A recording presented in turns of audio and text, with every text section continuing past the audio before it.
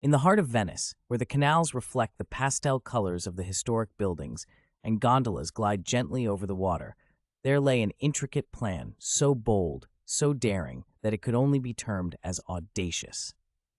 The target? The legendary Foscari diamond, a gem so exquisite housed in a fortified glass case at the Doge's palace, a site swarmed with tourists by day and guarded like a fortress by night. The mastermind behind the operation was Marco Bellini, a charismatic art thief retired from his questionable profession, or so the world believed. His unmatched infiltration skills were supported by an eccentric crew chosen for their peculiar yet pertinent talents. Marco's second-in-command was Quick Fingers Lena, a magician of locksmithing whose record time for cracking any safe was a mere 3 minutes and 42 seconds.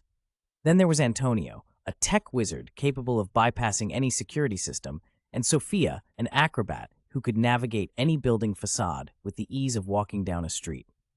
Lastly, there was Enzo, the charming con artist who could talk his way through any scenario. The plan, set for execution on the night of the regatta, when the city was distracted by the vibrant boat parade and fireworks, required precise timing and coordination. Weeks prior, the team, disguised as tourists, meticulously mapped exit routes, blind spots in security cameras, and shifts of the guard rotations. As the regatta commenced, the festive atmosphere filled the air, and fireworks painted the night sky. Each member took their position. Sophia stealthily scaled the side of the Doge's palace, adjacent to the Grand Canal, her nimble fingers and toes finding grips where none seemed to exist. Antonio, stationed in a rented apartment across the palace, hijacked the security protocols. Meanwhile, Lena, disguised as one of the cleaning staff, smugly shifted beneath the shadows into the main exhibit. With a soft click, the glass case was unlocked, and Marco, under the guise of an aristocratic art collector, ensured the area remained devoid of any actual staff's attention. Lena handed over the gem to Marco, who replaced it with a replica so perfect it was indistinguishable from the original to all but the most expert of eyes. Communication was key. Each member wore an earpiece, staying tuned to Enzo's updates. He worked the crowd at the regatta, ensuring their distractions were firmly in place.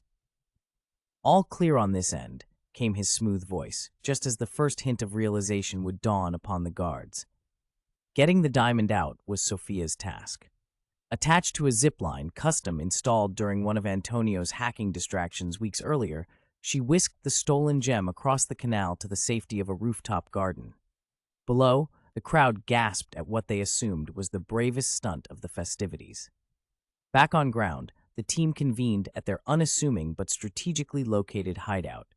The gem, now out of the palace and into the safe hands of Marco and his crew, would soon travel through a network of art collectors shrouded in secrecy.